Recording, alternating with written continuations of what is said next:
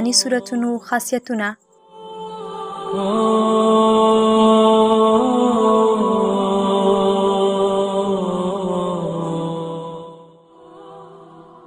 سوره بقره د جادو مخنیوی او مریض لپاره. سوره واقعه د فقر مخنیوی لپاره. سوره کوثر د خصومت مخنیوی لپاره.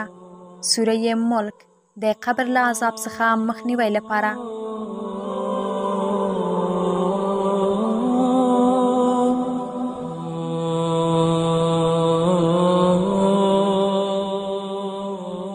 سوره فاتحه د خدای جل جلاله د قهر مخنیوی لپاره. سوره محمد د اخلاقو لپاره. سوره جن د وسوسې مخنیوی لپاره. سوره حجر په مال کې د برکت راتلو لپاره. سوره کافرون د مرګ په وخت کې د کفر له مرګ څخه نجات.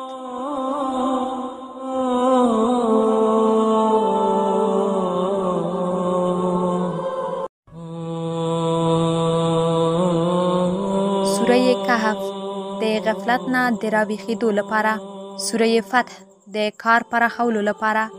سوره صف د فتح او پیروزی لپاره.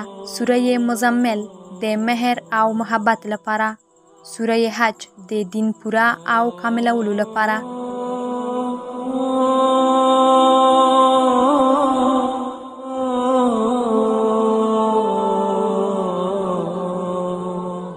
سوره مریم د نجونو د هدایت لپاره.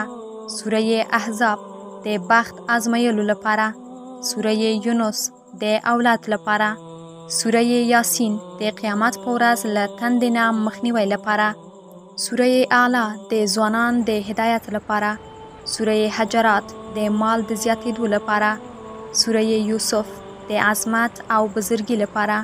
سوره مؤمنون په سمه لاره د تلو لپاره.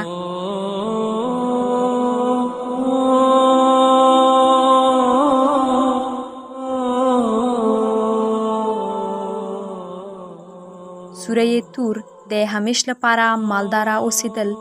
سوره انبیاء له بند نه د خلاصېدو لپاره.